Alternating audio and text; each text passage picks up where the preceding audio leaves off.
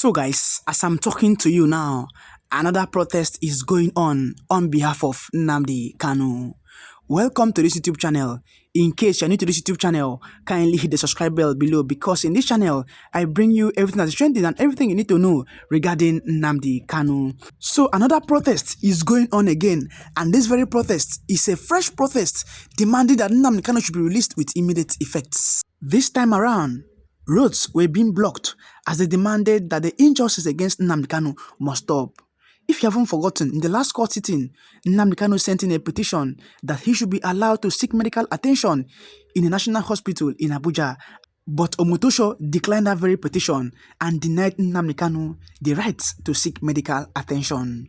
Also, in that very court sitting, Omotosho told Nnamdi Kanu to his face that he has a case to answer in court, even when we have been saying it that Nnamdi Kanu has no case to answer, even when the Federal High Court in Kenya vindicated Nnamdi Kanu, even when the Appeal Court in 2022 vindicated Nnamdi Kanu, saying that no court in Nigeria had the jurisdiction to try Nnamdi Kanu, only for Omotosho to show up after 3 months and tell Nnamdi Kanu to his face that he has a case to answer and that his rendition from Kenya was not extraordinary, that Nigeria did not violate any international law. And this is why another protest is taking place. They are demanding that Nnamdi Kanu should be released with immediate effect. They are demanding that Nnamdi Kanu should be set free. They are demanding that the injustice against Nnamdi Kanu has to stop.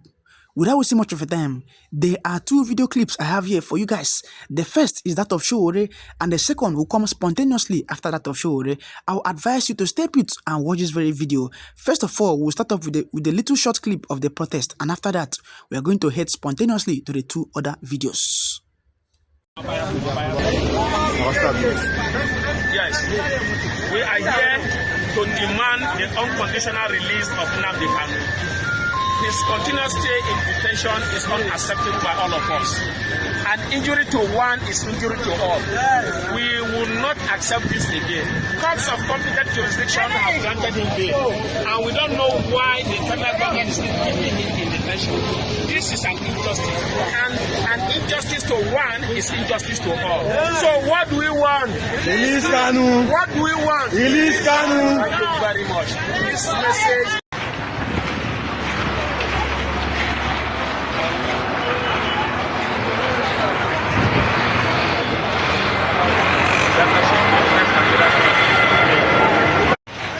You are not going to get Nnamdi Kanu out of detention by negotiation. It's not possible. Nigeria is holding Nnamdi Kanu to ransom for his unity. The payment they are demanding for is absolute unity and loyalty, regardless of what they are doing to Igbos, yes, or they are doing to other Nigerians. Unless that ransom is paid, and that ransom is Nnamdi, or Nnamdi is rescued from the kidnappers. Look, all these razzmatazz we are seeing in Nigeria in the court, Nnamdi Kanu's trial has nothing to do with judges. If the Supreme Court justices decide that Nnamdi Kanu should be freed, he will not be freed. Yes. The DSS will not leave him. Sure. Because that has happened several times. It's not matter for what they come to do in the courtroom is scripted drama. So that they'll give an impression that, they know that Nnamdi Kanu's trial cannot go anywhere. And they know that if it is concluded, it is a problem. If it is not concluded, it is a problem. So they make it an open-ended trial so that they will look as if something is happening. But they are not interested in his trial. They are interested in holding him perpetually until people realize that that's what they are doing. And I realized that a long time ago.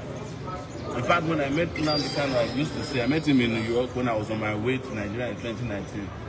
At the time, I got arrested for revolution. And he was telling me, I've told this story several times, he said, Shure, you are mad.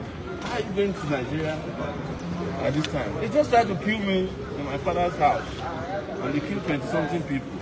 I barely escaped. I said to him, and he came to pass, if they need you and they want you, wherever you are hiding, come and get you.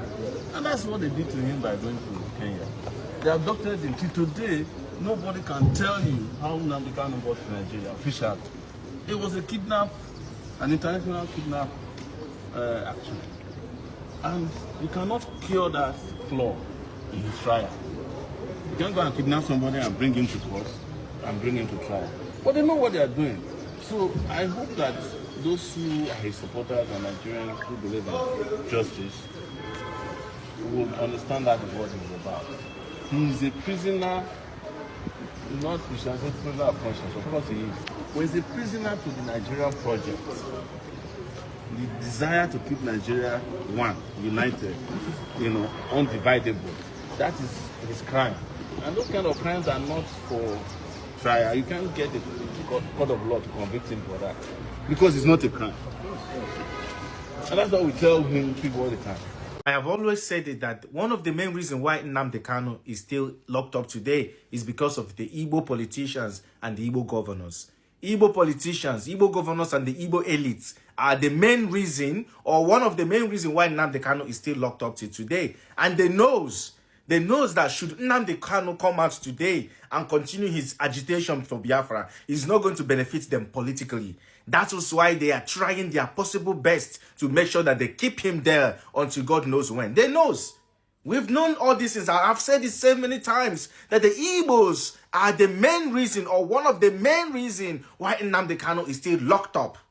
They know all the Igbo politicians, all the Igbo governors, all of them, and some of the Igbo elites who influence politics in Nigeria. Those ones that play politics from behind with their influence and their money, they are the main reason.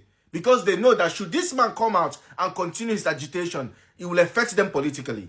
Why are they holding Nnamdi Kanu? If not because of his unification of the Igbos. That's the only reason. They don't want him to continue that agitation. Either you denounce this agitation or we keep holding you. It's as simple as that. We are not babies anymore in Nigeria. The deputy speaker of the house, where is he from? He's from Nnamdi Kanu state. They know what they are doing. And they know why they are keeping him. Why he's still tied up like a dog. Why he's still chained up to today is because the Igbos, and when I say the Igbos, I'm talking about the elites, the politicians, and the Igbo governors. They don't want Nnamdi Kanu to be free because of their own selfish interests, their selfish gain. That is why they don't want him to be free. It's as simple as that. What else could it be? Explain to me what Nnamdi Kanu has done that those that give him peace deal hasn't done. Tell me. If you can bring somebody that's been on the wanted list by DSS and the army for years, you're negotiating with them, giving them peace deal, calling them repented bandits. Come on. Are we having a laugh? But it is what it is. Anyway, it's Nigeria. So they should carry on. Those of you Igbo governors and Igbo elites, you can never ever matter in Nigeria. As long as you remain the Igbo, all the days of your life, the only thing you're going to do, you keep on answering sa. You keep on being a slave to the Nigerian government. Because you can never have your freedom as long as you remain an Igbo man. Nnamdi Kanu's special counsel accuses Tinubu of interfering in judicial process with Independence Day remarks on IPOB. The special counsel to Nnamdi Kanu, the detained leader of the indigenous people of Biafra, IPOB, Barrister Aloy Ejimako, has accused President Bola Tinubu of interfering in the ongoing judicial proceedings through his remarks about IPOB during October 1st, 2025 Independence Day address. Tinubu, in his address on Wednesday morning, commended the armed forces and other security agencies for their sacrifice, noting that they are making progress in the fight against terrorism, banditry, and violent crimes. He identified IPOB and its armed wing, the Eastern Security Network, ESN, as the groups responsible for terror activities in southeast Nigeria. In quote, he said, "We see their victories in their blood and sweat to stamp out Boko Haram terror in northeast, IPOB/ESN terror in southeast, and banditry and kidnapping," he said. You can imagine Tinubu rejoicing that some IPOB members are being murdered on a daily basis in the southeast. What a country do we find ourselves in? What country do we just find ourselves in? I continue saying it. This very country is not good, because what the Igbos have suffered in this very country is what is unimaginable. Since the Biafran civil war up until this very moment, Igbos have suffered a lot. Nnamdi Kanu has suffered. Odumegwu Ojukwu has suffered. Give us Biafra. That's what Nnamdi Kanu is saying. That is what late Ojukwu was looking for. They are looking for the betterment of Igbos. Nnamdi Kanu is suffering because he wants the Igbos to be free. And look at Tinubu making such remarks. Well, let's continue. We must continue to celebrate their gallantry and salute their courage on behalf of a grateful nation. Peace has returned to hundreds of our liberated communities in Northwest and Northeast, and thousands of our people have returned safely to their homes. Reacting to the president's remarks in a post shared on his verified X, formerly Twitter account, Ejimakor said Tinubu's remarks disregarded the fact that IPOB's legal status was still under consideration by the judiciary.